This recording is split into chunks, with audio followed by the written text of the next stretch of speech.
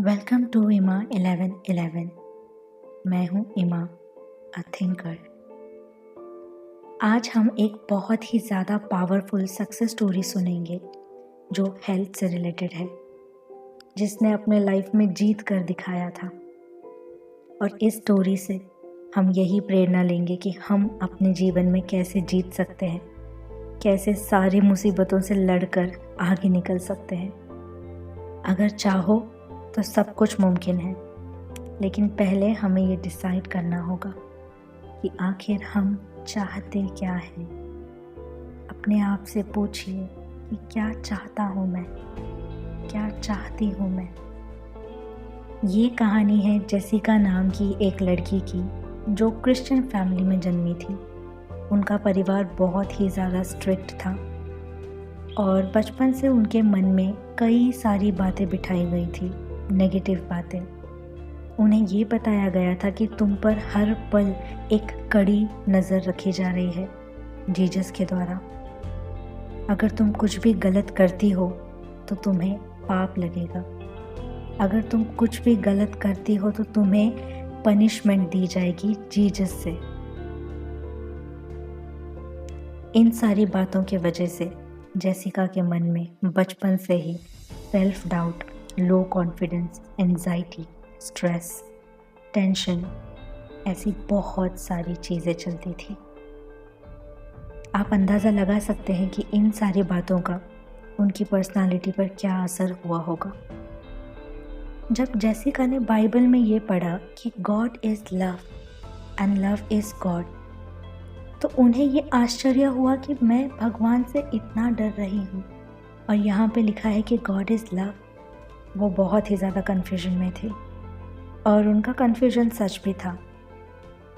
That supreme power, भगवान, परमात्मा, ये कभी भी नेगेटिव इमोशंस रख ही नहीं सकते। गुस्सा होना, पनिशमेंट देना, पाप, प्रकोप, भगवान निर्गुण होते हैं।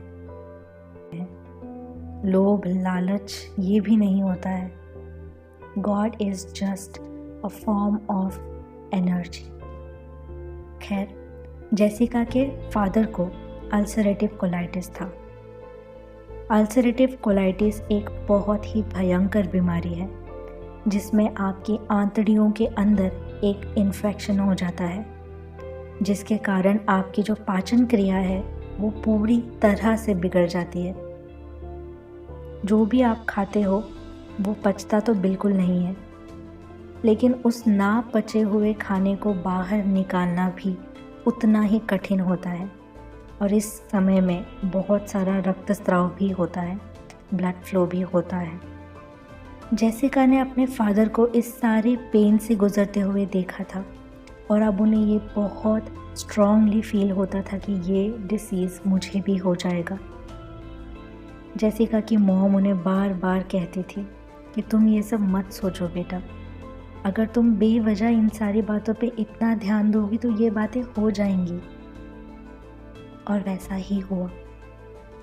सिर्फ 23 साल की उम्र में, 23 इयर्स में जेसिका को अल्सरेटिव कोलाइटिस हो गया। वैसे तो जेसिका की लाइफ में बाकी सब कुछ बहुत अच्छा था, परिवार, दोस्त, प्यार, पैसे, सब कुछ था उनके ज़िंदगी में। पर जब हम अपने मन से या अपने शरीर से ठीक नहीं होते हैं तो हम अपनी ज़िंदगी के किसी भी एरिया में अपना 100% कंट्रीब्यूशन, अपना 100% प्रेजेंस नहीं दे सकते और इसी कारण चीज़ें बिगड़ती जाती हैं। जेसिका का जॉब चला गया, उनके पार्टनर उन्हें छोड़कर चले गए और फिर एक दूसरा पार्टनर उनके लाइफ में आया। उनसे शादी भी कर ली जेसिका ने। कहने को तो बाहर से लाइफ ठीक ही चल रही थी, पर अंदर से सब कुछ बिखरा हुआ था। 1 साल तक हर एक दिन 365 डेज जेसिका अपना खून बहाती रही, दर्द में दिल मिलाती रही और फिर आखिरकार खुद से बहुत ज़्यादा बहस करने के बाद उन्होंने ये डिसीजन लिया कि मैं द सीक्रेट बुक को ख़रीदूँगी और पढ़ूँगी। वो इस कश्मकश में थी कि क्या ये सच होता है या नहीं, क्या ये काम करता है या नहीं। जब उन्होंने उस बुक को पढ़ना शुरू किया, 2-3 पन्नों ने ही उनकी आंखें गीली कर दी खुशी से। लॉ ऑफ अट्रैक्शन के हर एक प्रिंसिपल को, हर एक सिद्धांत को उन्होंने शिद्दत से अपने लाइफ में अपनाना शुरू कर दिया। और हम सब जानते हैं कि शुरुआत 2 चीज़ों से होती है। Feel good about yourself, feel good about the thing that you are trying to repair, feel good about the person you are trying to connect with. अच्छा फील करना होता है। पर ऐसे समय में ये सवाल भी आ सकता है कि जब रियलिटी में कुछ अच्छा है ही नहीं तो कैसे अच्छा फील करें। फिर बारी आती है दूसरे पॉइंट की, जो है ग्रैटिट्यूड।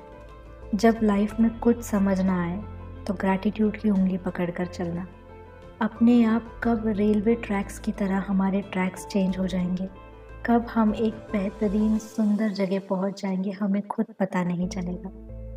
जेसिका ने अपने शरीर के लिए थैंक यू फील करना स्टार्ट कर दिया। जितना भी है उनके पास शरीर है, वो जिंदा हैं, वो चल फिर सकती हैं, वो बात कर सकती हैं, वो सुन सकती हैं, वो देख सकती हैं। टूटा फूटा ही शरीर क्यों ना हो, पर वो कुछ चीज़ें तो एक्सपीरियंस कर रही हैं ना अपने लाइफ में।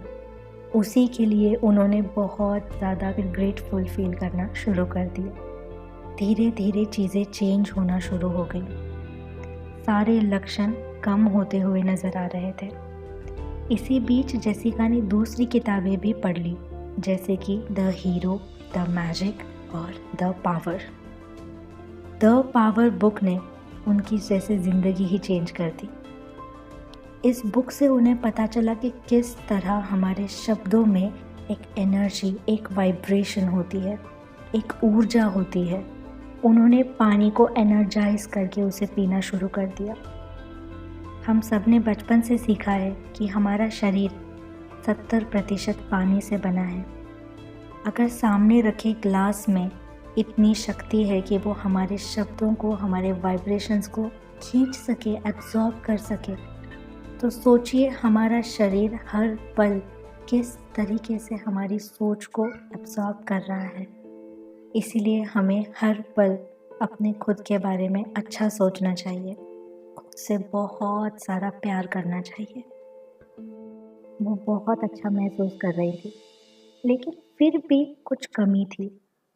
जहाँ उन्हें पहुँचना था एग्जैक्टली वहाँ वो अब तक नहीं पहुँची थी। जिस तरह की हेल्थ वो इमेजिन कर रही थी, वहाँ तक पहुँचने में अब भी कुछ फासला बाकी था।